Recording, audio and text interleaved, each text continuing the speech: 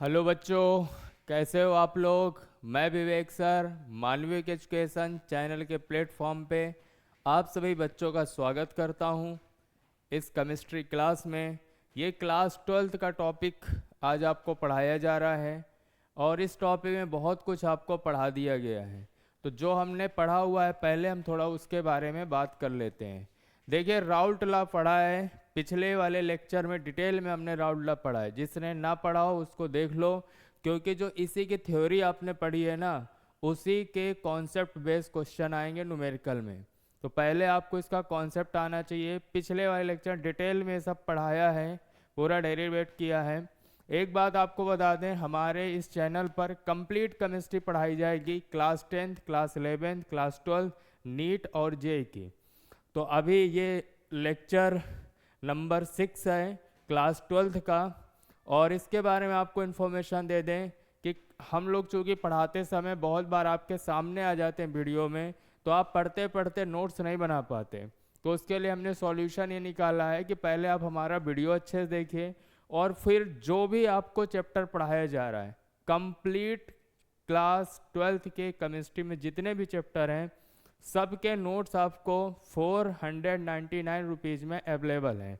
ये हमारी टीम का नंबर है, उस पर आप कांटेक्ट करिए, वो आपको नोट्स प्रोवाइड करा देंगे, ठीक है, पीडीएफ फॉर्म में।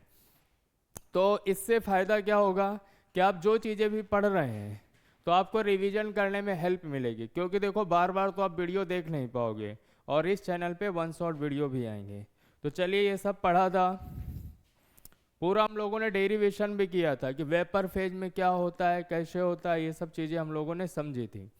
तो ये पूरा निकाला था डेरिवेट करके। यहाँ से आपके क्वेश्चन आए हुए हैं, किसमें, सीबीएसई बोर्ड में आए हुए हैं। ये तो आपको डेरिवेशन आना चाहिए कि डेरिवेशन से फॉर्मूला आया कैसे। डायरेक्ट फॉर्मूला याद करना थोड़ा मुश्किल काम है। ये सब आपको बताया था। ये लेक्चर नंबर 6 है। आज की क्लास यहाँ से चलेगी। देखो न्यूमेरिकल आ गए सीधे, है ना, न्यूमेरिकल आ गए सीधे। लेक्चर नंबर आपका 6 है ये।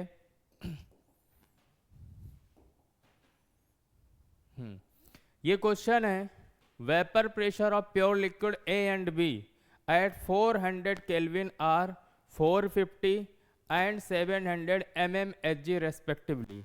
वेपर प्रेशर आपका दिया प्योर लिक्विड। जब भी प्योर लिक्विड का वेपर प्रेशर दे तो आपको पता है कि मिलाने के पहले का वेपर प्रेशर है, जिसको हम P0 से रिप्रेजेंट करते हैं, है ना, ये राउल्ट लॉ में सिखाया है। Find out the composition of liquid mixture.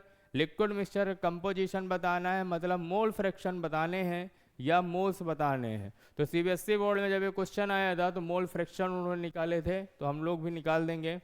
If total pressure at this temperature is 600 mmHg, 600 mmHg total pressure है। तो देखो आसान है। सीबीएसई बोर्ड 2017 का क्वेश्चन है। ये मत सोचना कि थोड़ा पुराना क्वेश्चन है, कॉन्सेप्ट बहुत अच्छा है। ऐसा क्वेश्चन कभी भी आ सकता है सीबीएसई बोर्ड के एग्जाम में। तो देखो यहाँ पर ए लिक्विड का हमने PA0, क्योंकि प्योर स्टेट कह रहा है, 450 mmHg रखा, और बी का हमने PB0 700 mmHg रखा, और पी टोटल इतना है। मोल फ्रैक्शन बताने हैं हमें ए और बी के। तो देखो ये वाला फॉर्मूला डेरिवेशन के बाद निकाला था, जिन्होंने लेक्चर नंबर 5 देखा हो। तो पी टोटल बराबर PA0 plus mole fraction of B PB0 minus PA0। तो यहाँ पर पी टोटल 600 है और PA0 450 है। मोल फ्रैक्शन पहले हम बी के निकाल लेंगे। तो यहाँ पे बी के मोल फ्रैक्शन 0.6 आप कैलकुलेट कर सकते हो, कैलकुलेशन के बाद ये आपका आ जाएगा सब कुछ। और यहाँ पे इसके बाद हमें पता है कि 2 कंपोनेंट हो या 3 हो या इनफाइनाइट हो, सारे कंपोनेंट का मोल फ्रैक्शन का सम 1 के बराबर होता है। तो 2 है तो कोई दिक्कत नहीं बेटा, यहाँ पे ए और बी का मोल फ्रैक्शन 1 के बराबर। तो ए का हमने ए का निकालना है, बी का पता है, माइनस कर दो 0.4। तो ये आपका क्वेश्चन है। मैं थोड़ा साइड हो जाता हूँ, एक बार आप क्वेश्चन और अच्छे से देख लीजिए। और ये क्वेश्चन आपका सीबीएसई बोर्ड 2017 का आया है। बहुत ही इंपॉर्टेंट क्वेश्चन है जो कि बोर्ड एग्जाम में आपको देखने को मिल जाएगा। तो चलिए अगले क्वेश्चन की तरफ बढ़ते हैं। Raoult law for non volatile solute कर लो यहाँ लिक्विड की जगह, नॉन वोलाटाइल सॉल्यूट। तो अगर हमारे पास नॉन वोलाटाइल सॉल्यूट है, ठीक है, नॉन वोलाटाइल सॉल्यूट है, तो उस केस में कैसे होगा, चलिए समझना। तो देखो नॉन वोलाटाइल के लिए राउल्ट लॉ बहुत इंपॉर्टेंट है समझना। ये कैसे, क्योंकि क्वेश्चन में नॉन वोलाटाइल सॉल्यूट जब वो वर्ड यूज होगा तब ये फॉर्मूला लगेगा, है ना। तो इन्होंने कुछ नहीं, बहुत आसान स्टेटमेंट है इनका स्टेटमेंट आप सुनना। इनका स्टेटमेंट ये है, ठीक है, कि relative lowering of vapour pressure, relative lowering of vapour pressure, ठीक, is equal to the mole fraction of solute. Equal बोला है, डायरेक्टली नहीं बोला। Relative lowering, lowering of vapour pressure का मतलब होता है वेपर प्रेशर में कमी।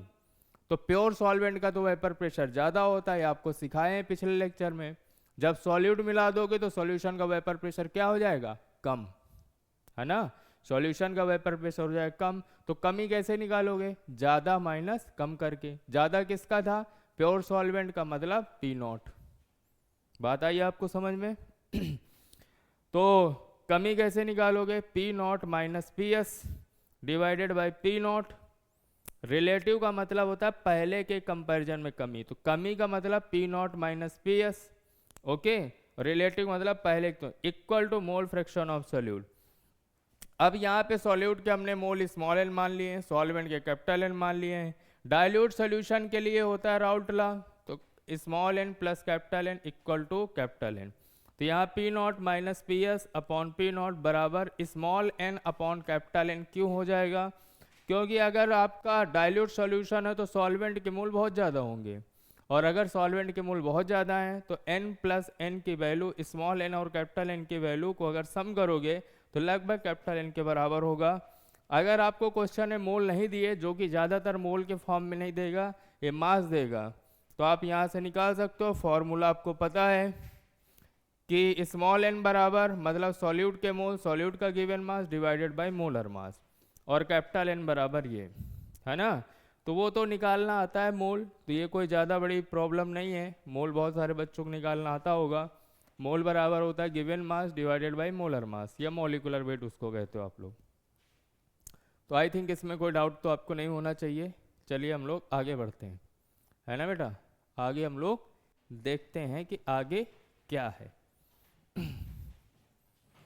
अब इस पे न्यूमेरिकल आएगा, ये आपको आना चाहिए। ये है क्वेश्चन सीबीएसई बोर्ड 2024 का। हमारा काम है देखो क्वेश्चन की प्रोसेस को समझाना। हमारा काम ये नहीं है कि हम आपको मल्टीप्लाई और डिवाइड करके बताएं। मल्टीप्लिकेशन और डिवीजन तो आपको आना चाहिए, या आप खुद को प्रैक्टिस करनी चाहिए। हमारा काम है क्वेश्चन का कॉन्सेप्ट अच्छे से समझा देना आपको। तो देखो क्वेश्चन क्या है, क्वेश्चन ये है the vapour pressure of pure water. Pure water का कहा गया है at certain temperature. Pure water का वेपर प्रेशर मतलब पी नॉट, समझ बात आ गई, 23.80 mmHg। If 1 mole of non volatile, बोला था ना जब क्वेश्चन ये relative lowering of vapour pressure का रहेगा, मतलब Raoult law non volatile solute के लिए रहेगा, तो उसमें non volatile solute word use होगा। देखो यूज हुआ है, 1 mole of non volatile non electrolyte solute is dissolve in 100 gram of water. Calculate the resultant vapour pressure of the solution. Solution का बताना है, मतलब पी एस बताना है। तो देखो ये आपका पी नॉट लिखा है, P not minus P S upon P not, और ये मोल फ्रैक्शन ऑफ सॉल्यूट के बराबर। सॉल्यूट का मोल फ्रैक्शन कैसे निकालोगे, सॉल्यूट के मोल डिवाइडेड बाय टोटल मोल, ठीक है, सॉल्यूट के मोल divided by total mole, clear. अब यहाँ पे टोटल मोल करना है, तो यहाँ पे 1 प्लस 55.5, तो 55.5 के बराबर हो सकता है। हमने थोड़ा इसको जोड़ दिया, जो अप्रॉक्स 55.5 के बराबर ही होगा। अब यहाँ पे वैल्यू पी नॉट मतलब प्योर स्टेट की दी हुई है, पी एस बताना है, ये आप सॉल्व कर लोगे, आराम से आपका आंसर आ जाएगा। देख लो एक बार, कुछ नहीं है, बस सॉल्विंग है ओनली क्वेश्चन पे। चलिए आगे बढ़ें, आगे बढ़ते हैं। ग्राफ का representation of Raoult's law. Graph का रिप्रेजेंटेशन बहुत इंपॉर्टेंट है। राउल्ट्स लॉ को और ग्राफिकल रिप्रेजेंटेशन के कुछ शॉर्ट्स भी डालेंगे, जिसमें आपको पता चले कि शॉर्ट्स आप देख लो तो जल्दी से ग्राफ कवर हो जाए। जितने भी ग्राफ फिजिकल केमिस्ट्री में सबको शॉर्ट्स के फॉर्म में भी इस चैनल पे डाला जाएगा, ताकि आप सारे ग्राफ 10 मिनट 15 मिनट में एग्जाम के पहले आप देख सको। अभी आप समझो ग्राफिकल रिप्रेजेंटेशन क्या है, समझना। यहाँ पे mole fraction of A mole fraction of A 1 माना, तो बी का मोल फ्रैक्शन तो 0 ही होगा, क्यों, पता है दोनों का सम 1 होता है ना। अब अगर इसका मोल फ्रैक्शन आपने माना है 1, तो बी का मोल फ्रैक्शन तो क्या आपने 0 हो जाएगा, तो जो पीबी होगी उसकी वैल्यू 0 आएगी, मतलब पीबी का कोई प्रेशर नहीं होगा, है ना। तो सिर्फ किसका होगा, पी ए होगा, और चूंकि सिर्फ ए है इस समय, इसलिए इसको पी ए नॉट लिख सकते हैं। क्यों, क्योंकि ए ही तो है, ए है मतलब प्योर स्टेट में है, क्योंकि और कुछ मिला नहीं है उस पर। तो यहाँ ध्यान रखना सिंबल पी ए नॉट क्यों लिखा गया है, क्योंकि सिर्फ ए है। अब देखो जैसे जैसे ए का मोल फ्रैक्शन डिक्रीज होते होते होते होते 0 हो जाएगा, तो सीधी सी बात है फिर बी का मोल फ्रैक्शन बढ़ते बढ़ते 1 हो जाएगा। तो जैसे ये डिक्रीज करेगा तो ये आपका डिक्रीज करता हुआ जाएगा स्ट्रेट लाइन पे, क्लियर है। और अगर हम इससे कंपेयर करें तो पी बी नॉट यहाँ, क्योंकि ए का मोल फ्रैक्शन 0, ये भी डिक्रीज होते होते ऐसे हो जाएगा, और टोटल प्रेशर की लाइन ये है। तो आई थिंक ये आपको बात समझ में आई होगी। ये थोड़ा ऊपर क्यों है इसके कंपैरिजन में, क्योंकि यहाँ पर हम पी बी नॉट को ज़्यादा माना है vapour pressure P A not से, तो इसलिए ऊपर है। तो सबसे बड़ी दिक्कत बच्चों को कहाँ होती है कि ये मोल फ्रैक्शन 1 है, यहाँ पे 0 कैसे, ये ऐसे है बेटा कि ये धीरे धीरे धीरे करके 0 हो गया, तो ये धीरे धीरे करके 1 हो गया होगा, क्योंकि सम तो किसके बराबर होता है, 1 के। कोई समस्या इसमें, समस्या नहीं होनी चाहिए। हाँ, एक तो बच्चों का ये भी कंसर्न रहता है कि सर इसको क्या नीचे नहीं बना सकते, इसको ऊपर, बिल्कुल बना सकते हो, बस वहाँ पे कंडीशन क्या होगी कि पी ए नॉट ज़्यादा हो जाए, पी बी नॉट कम हो जाएगा। ये ग्राफ का रिप्रेजेंटेशन है राउल्ट्स लॉ का। राउल्ट्स लॉ लगता है डाइल्यूट सॉल्यूशन के लिए बहुत इंपॉर्टेंट है। 2 तरीके से राउल्ट्स लॉ पढ़ते हैं, for volatile component, for non volatile component. Component का मतलब होता है सॉल्यूट और सॉल्वेंट को ही कंपोनेंट कहते हैं, ठीक है। इसके बाद है ideal and non ideal solution. समझना, आइडियल सॉल्यूशन वो होते हैं जो राउल्ट के लॉ को पूरी तरह फॉलो करते हैं eight all concentration at all temperature, ठीक है। और यहां से सीबीएसई बोर्ड में इसका डिफरेंस आया है बेटा, बहुत इंपॉर्टेंट है, समझ लेना। The solution which follows Raoult law at all concentration and temperature. तो राउल्ट का लॉ क्या था, हमने पढ़ा है, पी टोटल बराबर P A plus P B होता है, वोलाटाइल के लिए जो पढ़ा था। पी ए बराबर P A not into mole fraction of A plus P B not into mole fraction of B.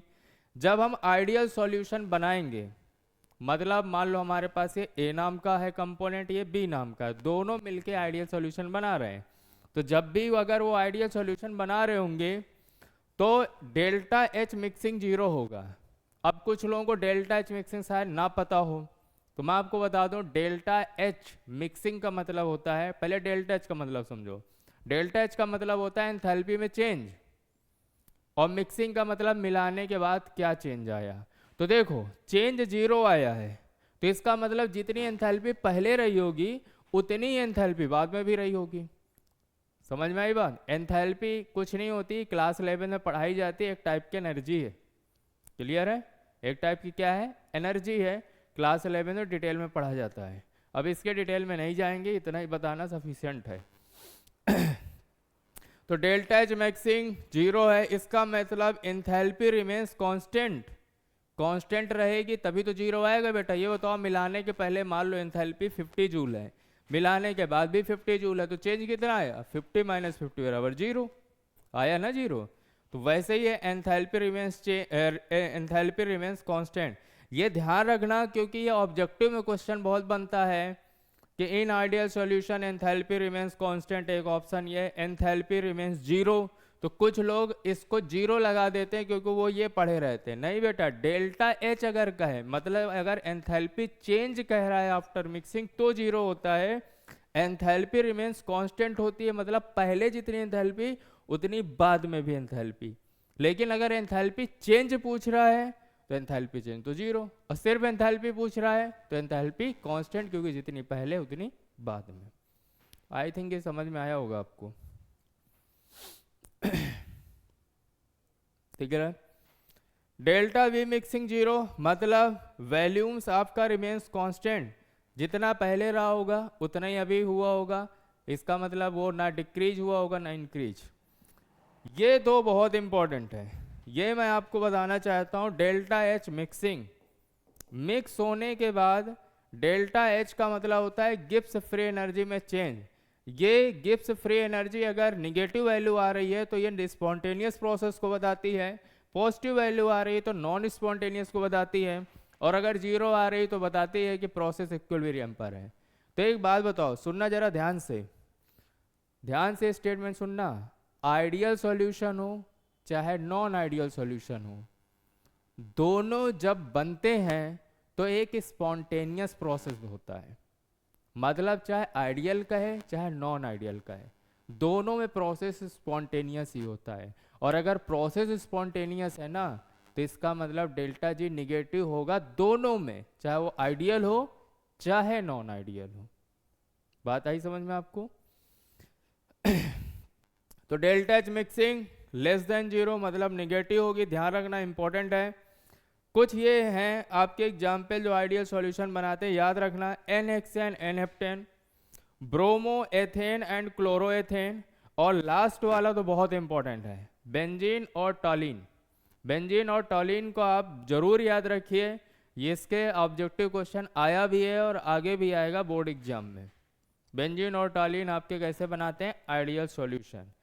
और डेल्टा एस की अगर बात की जाए तो देखो स्पॉन्टेनियस प्रोसेस में डेल्टा एस क्या होता है, रैंडमनेस को बोलते हैं ना। खुद प्रोसेस हो रहा है तो मॉलिक्यूल रैंडम और ज़्यादा हो रहे होंगे, तो delta S positive, delta G negative, है ना। अब ये क्लास 11th के कुछ कॉन्सेप्ट हैं जो कि आपको आइडिया होने चाहिए। मैं थोड़ा साइड हो जाता हूँ, आप तब तक इसको देख लीजिए थोड़ा।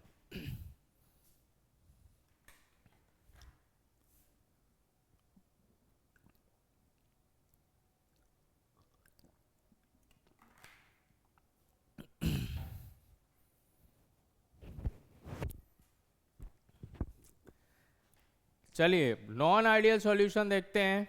Which does not follow Raoult law, नहीं फॉलो कर रहा है तो इक्वल तो होगा नहीं, है ना। पी नॉट नहीं इक्वल होगा P A plus P B के, इसका मतलब ये भी इक्वल नहीं होगा।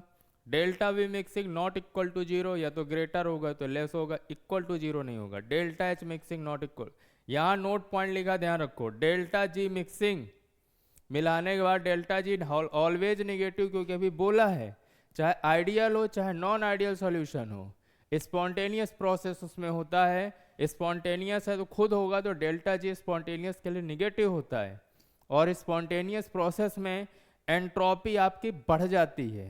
तो एंट्रोपी बढ़ जाती है तो पहले कम बाद में ज़्यादा, तो चेंज कैसे निकालते हो, प्रोडक्ट के एंट्रोपी माइनस रिएक्टेंट की, बाद में ज़्यादा है प्रोडक्ट की तो पॉजिटिव वैल्यू ज़्यादा, तो डेल्टा एस क्या होगा ग्रेटर देन जीरो मतलब पॉजिटिव। अब नॉन आइडियल सॉल्यूशन के दो टाइप पढ़ोगे, है ना, टाइप पढ़ोगे तो ध्यान रखना, चाहे जो भी आप टाइप पढ़ो इसके, delta G negative delta S positive, ध्यान रखना, समझा के बता दिया है। पॉजिटिव डेविएशन, पॉजिटिव डेविएशन कौन कौन से शो करते हैं ध्यान रखना, वाटर एंड एथेनॉल, ये याद करना पड़ेगा, क्लोरोफॉर्म प्लस वाटर, और ethanol plus carbon tetrachloride, benzene plus methanol. मैं तो आपको बोलूँगा ये दो जरूर आप याद रखो, water and ethanol, chloroform plus water. ये पॉजिटिव डेविएशन दिखाते हैं क्योंकि अभी पढ़ा है ग्रेटर देन जीरो नहीं होगा, तो कुछ नॉन आइडियल सॉल्यूशन जिनकी वैल्यू टी टोटल की ग्रेटर देन जीरो हो जाती है उसको पॉजिटिव डेविएशन कहते हैं। ओके, निगेटिव डेविएशन के एग्जाम्पल ये हैं और ये सारी चीज़ें हैं। थोड़ा मैं इनमें आगे शायद मैंने बताया होगा, इसमें क्लोरोफॉर्म और एसीटोन, ये जरूर याद रखना, एनसीईआरटी का वेरी इंपॉर्टेंट है। क्लोरोफॉर्म और एसीटोन जब ये दो कंपोनेंट मिलते हैं तो ये नॉन आइडियल सॉल्यूशन बनाते हैं, और नॉन आइडियल में किस टाइप का, जो निगेटिव डेविएशन दिखाता है राउल्ट लॉ से, मतलब पी टोटल लेस देन 0 आता है। बात आई समझ में? और भी कंडीशन है हम लोग देखेंगे। चलिए, नॉन आइडियल सॉल्यूशन सोच positive deviation from Raoult law. तो उनकी क्या क्या प्रॉपर्टीज होती हैं जो ऐसा करते हैं? तो क्या क्या प्रॉपर्टीज हैं समझते हैं। प्रॉपर्टीज तो देखो, इनका P total P A plus P B से ज्यादा होगा क्योंकि पॉजिटिव डेविएशन है। ये खास पॉइंट है, इसको ध्यान रखना। ए और ए कंपोनेंट के बीच जो फोर्स और अट्रैक्शन पहले डॉटेड से दिखाया है, कुछ लोग यहाँ पूरी लाइन से भी दिखा सकते हैं, उसमें कोई प्रॉब्लम नहीं है। बस ये फोर्स और अट्रैक्शन की बात हो रही है। ए और ए के मॉलिक्यूल या बी और बी के मॉलिक्यूल जो फोर्स और अट्रैक्शन है मिलाने के पहले ज्यादा होता है, जब ए और बी मिल जाते हैं तो कम हो जाता है। ये देखो ग्रेटर देन का साइन लगा है इसकी तरफ, है ना। अच्छा, ऐसा होने से होगा क्या, थोड़ा समझा दें। एक बात बताओ, पहले फोर्स ज्यादा है, मिलाने के बाद ए और बी के बीच फोर्स हो गया कम, तो कम हो जाएगा तो एक बात बताओ, बॉन्ड हो जाएगा वीक। बॉन्ड वीक हो जाएगा तो वेपोराइज भी अच्छा होगा, वेपोराइज अच्छा होगा तो ज़्यादा वेपर बनेगी। तो जितनी आपने सोची होगी उससे ज़्यादा वेपर बनेंगी, और ज़्यादा बनेंगी तो पी टोटल की वैल्यू ज़्यादा आएगी, मोर ज़्यादा आएगी, काफ़ी ज़्यादा आएगी, जिसकी वजह से वो पॉजिटिव वैल्यू आएगी। बात आई समझ में? तो ये है पॉजिटिव डेविएशन का। तो एक कंडीशन ध्यान रखना, delta V mixing greater than 0, delta H mixing भी ग्रेटर देन 0। लेकिन अगर कोई तुमसे पूछ ले डेल्टा जी बताओ, कोई पूछ ले डेल्टा जी बताओ, डेल्टा जी मिक्सिंग, तो वो तो बेटा आपका क्या होगा, वो वही होगा, क्योंकि अभी बोला है नॉन आइडियल सॉल्यूशन कोई भी हो, डेल्टा जी हमेशा लेस देन 0 होगा। ये, और कोई पूछ ले डेल्टा एस मिक्सिंग, तो एंट्रोपी हमेशा बढ़ती है स्पॉन्टेनियस में, ध्यान रखना। ये मत कर देना कि सब ग्रेटर ग्रेटर है तो ये भी ग्रेटर हो जाएगा, है ना। तो ये पॉइंट पे खास आपको ध्यान देना है। आगे बढ़ते हम लोग, types of solution on the basis of Raoult law. तो ये सब समझा चुके हैं आप, एक बार स्लाइड पे नजर डाल लो बस।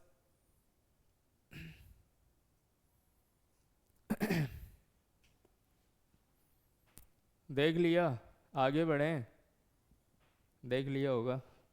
चलो, types of solution on the basis of, ये दूसरा है, ऐसे एग्जाम्पल ये सब समझाया हुआ है, इस पर कुछ खास देखना नहीं है आपको। ये भी है, देख लो एक बार। ये है मोल फ्रैक्शन, ए नाम के कंपोनेंट का 1, बी का 0, तो यहाँ पर पी ए नॉट, यहाँ पर हम पी बी नॉट लिख सकते हैं। तो ये देखो, जैसे जैसे मोल फ्रैक्शन डिक्रीज होंगे पी ए का प्रेशर डिक्रीज हो जाएगा, और यहाँ पर ए का 0 हो जाएगा तो बी का 1 हो जाएगा। फिर हम ऐसे अगर बी को देखें चल के, तो बी का ऐसे डिक्रीज होगा। ये पी टोटल है। पॉजिटिव डेविएशन में क्या होगा, पी टोटल आपका एक्सपेक्टेड से देखो ज़्यादा आएगा, पॉजिटिव डेविएशन शो कर रहा है, तो इनका भी ज़्यादा आएगा, इसका भी ज़्यादा आएगा। तो ये ग्राफ आसान है। निगेटिव में क्या होगा, एक्सपेक्टेशन से कम आएगा, तो निगेटिव वाला होगा कहीं आगे, देखते हैं। निगेटिव का है नहीं,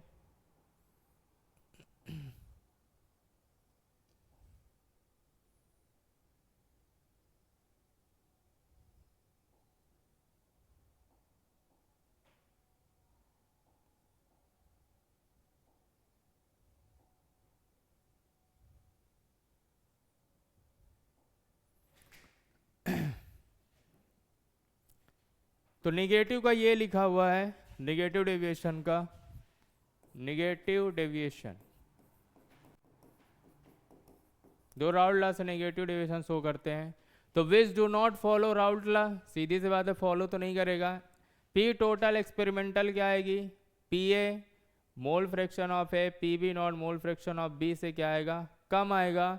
अब देखो यहाँ फोर्स और अट्रैक्शन देखना आप, अब फोर्स ऑफ अट्रैक्शन की अगर यहाँ बात की जाए तो कम आना है, तो फोर्स ऑफ अट्रैक्शन ज़्यादा होना चाहिए। यहाँ पे साइन गलत बना है, तो ए और बी के बीच क्या होगा, फोर्स और अट्रैक्शन ज़्यादा हो जाएगा, ज़्यादा होगा तभी वेपर बनेंगे कम, वेपर बनेंगे कम तो टोटल आएगा कम। तो स्ट्रॉन्ग फोर्स और attraction, delta H mixing negative, delta mixing negative, delta H देखो पॉजिटिव लिखा है और डेल्टा जी भी निगेटिव। तो नॉन आइडियल में चाहे पॉजिटिव डेविएशन हो चाहे निगेटिव डेविएशन हो, समझ में आ रही बात। चाहे पॉजिटिव डेविएशन हो चाहे निगेटिव डेविएशन हो, दोनों के केस में delta G negative delta S positive होगा। ये बात आपको बहुत कायदे से समझाई गई है। अब है एजियोट्रॉपिक मिक्सचर। इसकी डेफिनेशन बता दे रहा हूं मैं आपको। Binary mixture having the same composition in liquid and vapour phase, मतलब लिक्विड फेज और वेपर फेज में उनका कंपोजिशन सेम हो, मतलब जितना वेपर फेज में मोल फ्रैक्शन हो उतने लिक्विड फेज में हो, and boils at constant temperature. दोनों का मान लो बॉइलिंग पॉइंट अलग अलग था मिलाने के पहले, लेकिन अब मिला दिया तो किसी एक कांस्टेंट टेम्परेचर पर दोनों ही बॉयल हो जाते हैं। तो ऐसे मिक्सचर को क्या बोलते हैं बेटा? Azeotropic mixture. जनरली हम बच्चों को ये बोलते हैं कि जो कांस्टेंट बॉइलिंग पॉइंट रखे वो एजियोट्रॉपिक मिक्सचर होता है। एक कंडीशन ये ध्यान रखो। दूसरा, लिक्विड और वेपर फेज में जिनके कंपोजिशन सेम हो, पहले मिलाने के पहले उनके क्या क्या बॉइलिंग पॉइंट थे उससे फर्क नहीं पड़ता, अब वो दोनों एक किसी कांस्टेंट टेम्परेचर पे दोनों बॉयल कर सकते हैं। तो देखते हैं, not possible to separate the component by fractional distance. तो आसान नहीं होता क्योंकि दोनों एक कांस्टेंट टेम्परेचर पर ही बॉयल होते हैं। There are two type of azeotropes called minimum azeotropic and maximum boiling azeotropes. तो minimum boiling azeotropes positive deviation वाले शो करते हैं। एग्जाम्पल है, एग्जाम्पल पूछे जाते हैं 95% एथेनॉल प्लस वाटर। ठीक है, ये जो 95% एथेनॉल प्लस वाटर है, ये पॉजिटिव डेविएशन जो राउल्ट-ला से पॉजिटिव डेविएशन शो करते हैं वो मिनिमम बॉइलिंग एजियोट्रॉप बनाते हैं। इसमें ग्राफ वगैरह भी होते हैं, बट वो सारी चीज़ें हम लोग नीट और जेईई में पढ़ाते हैं। अभी आपका क्लास 12 है तो क्लास 12 के हिसाब से ये लेक्चर आपको पढ़ाया जा रहा है। देख लीजिए एक बार।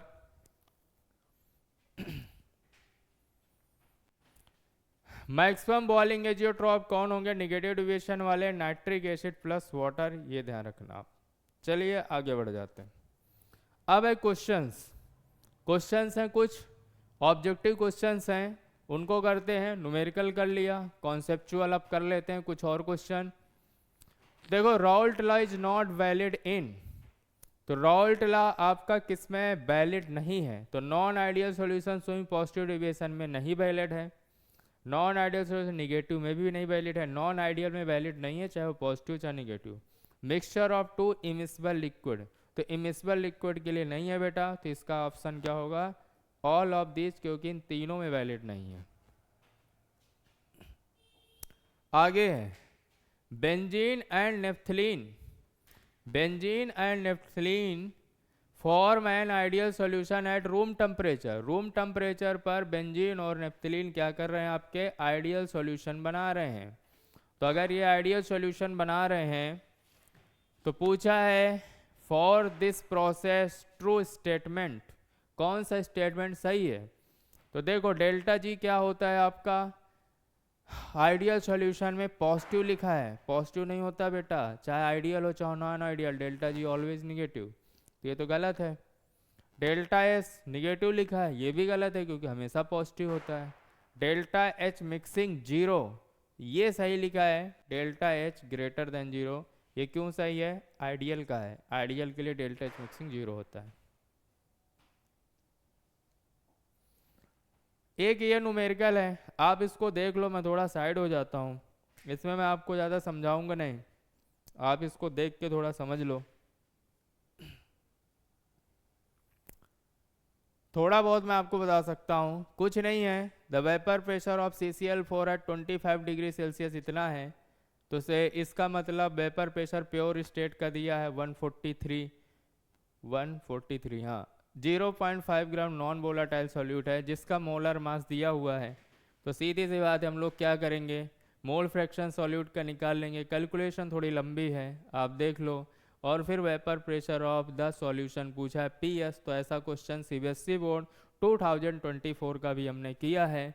कैलकुलेशन है ओनली, बस आपको प्रैक्टिस के लिए क्वेश्चन यहाँ पे डाल दिया गया है। आगे देखते हैं हम लोग। अगला क्वेश्चन है, according to Raoult's law the relative lowering of vapour pressure for a solution is equal to. तो अगर राउल्ट लॉ की बात कर रहे हैं तो मोल फ्रैक्शन ऑफ सॉल्यूट के इक्वल होता है, ये आप जरूर ध्यान रखो, ऐसा क्वेश्चन आया है। आगे है, which condition is not satisfied by an ideal solution. तो आइडियल सॉल्यूशन में तो सेटिस्फाइड होती है। ओवेज राउल्ट ये भी सेटिस्फाइड है, डेल्टा मिक्सिंग जीरो भी सेटिस्फाइड है। कौन सा सेटिस्फाइड नहीं है? Delta V mixing greater than zero नहीं होता बेटा, सब जीरो, सब नहीं सॉरी, ये जीरो होता है, ठीक है। Choose the correct example for non ideal solution. Correct example बताना है नॉन आइडियल सॉल्यूशन का। बताइए, देखिए, बेंजीन एंड टॉलिन बोला था आइडियल याद कर लो। अच्छा, आइडियल और नॉन आइडियल सॉल्यूशन के एग्जाम्पल याद करने के लिए एक मैं तरीका बताता हूँ आपको। आप सबसे पहले देखो आइडियल सॉल्यूशन के एग्जाम्पल याद कर लो।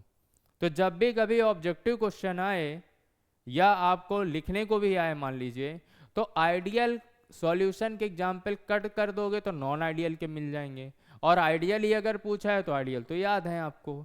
और वही एग्जाम्पल आपको यहाँ बताए गए जो एनसीईआरटी में हैं, जैसे एन हेक्सेन और NF10 आइडियल सॉल्यूशन बनाते हैं, ठीक है, ठीक। बेंजीन एंड टॉलिन आइडियल बनाते हैं, तो ये ध्यान रखना। ब्रोमोएथेन एंड क्लोरोएथेन आइडियल बनाते हैं, तो ये आइडियल वाले जरूर याद रखो। तो देखो बेंजीन एंड टॉलिन आइडियल बनाता है, तो ये ऑप्शन में ऑटोमेटिक कट हो गया कि आपका आइडियल नहीं है। एक हेक्सेन और हेप्टेन ये भी आपका नॉन आइडियल नहीं है, ये दोनों आइडियल हैं। तो देखो ये ऑप्शन ऐसे कट करते जाओ। क्लोरोबेंजीन ब्रोमोबेंजीन ये भी आइडियल है, पूछा है नॉन आइडियल, तो देखो याद करने की जरूरत ही नहीं है, आप ऑप्शन तक पहुंच गए, एथेनॉल और हेक्सेन। क्योंकि नॉन आइडियल के देखो एग्जाम्पल बहुत ज़्यादा हैं, पॉजिटिव डेविएशन वाले भी निगेटिव वाले, और ख़ास तौर पे निगेटिव में एक बताया है क्लोरोफॉर्म और एसीटोन का, वो जरूर ध्यान रखना। निगेटिव डेविएशन ये शो करता है, ये जरूर आपको आना चाहिए क्योंकि ये डायरेक्ट पूछा जा सकता है। Which of the following form ideal solution, बताओ बेटा। तो ये दिख रहा है देखो साफ साफ, C6H6 एंड C6H5CH3, ये आपका टॉलिन का जो है मॉलिकुलर फॉर्मूला लिखा हुआ है, ये ध्यान रखना, ये है। तो ये आइडियल आपका बनाता है। और आगे आप देखना चाहोगे, एक बार देख लो इस क्वेश्चन को, फिर आगे आपको बताते हैं। चलिए, वेरी इंपॉर्टेंट क्वेश्चन है ये बेटा। Which of the following will form an ideal solution, फिर से वही आइडियल। तो देखो ये तुम्हें नहीं पता, कोई बात नहीं, आगे बढ़ जाओ। ये नहीं पता, कोई बात, आगे बढ़ जाओ। ये नहीं पता, आगे बढ़ जाओ। ये तो पता है ना आइडियल, और इसमें बोथ और ऑल तो नहीं दिया। तो ऐसे ही पैटर्न पे आपके बोर्ड एग्जाम में जनरली आते हैं। ऐसा नहीं होता है कि आप सारे नॉन आइडियल याद कर लो, सारे आइडियल याद कर लो तब क्वेश्चन कर पाओगे। आप आइडियल सॉल्यूशन याद करो तो उनको ऑप्शन से हटाओ, ठीक है, तो नॉन आइडियल आप बता दोगे। और दो चार नॉन आइडियल भी जो आपको इंपॉर्टेंट बताए गए वो भी याद रखो तो आपका काम हो जाएगा। Which of the following show negative deviation, ये देखो बताया था, वेरी इंपॉर्टेंट है, ये डायरेक्ट पूछा जाएगा, ध्यान रखना। क्लोरोफॉर्म और एसीटोन नेगेटिव डेविएशन शो करता है राउल्ट लॉ से। बाकी आप देख लो, बाकी गलत है। कुछ की पॉइंट्स लिखे हैं, देख सकते हो आप, ये सब आपको समझाया गया है, वीडियो को रोक के देख सकते हो। मैं आगे बढ़ता हूँ। मोल fraction of A and be in vapour phase, ये जरूर इंपॉर्टेंट है। इस पर न्यूमेरिकल अभी आज आया नहीं है, लेकिन इस पर न्यूमेरिकल अगले लेक्चर में, या न्यूमेरिकल की हम लोग सीरीज एक अलग से निकालेंगे जो फिजिकल केमिस्ट्री के न्यूमेरिकल हैं, तो उस पर हम लोग देख लेंगे।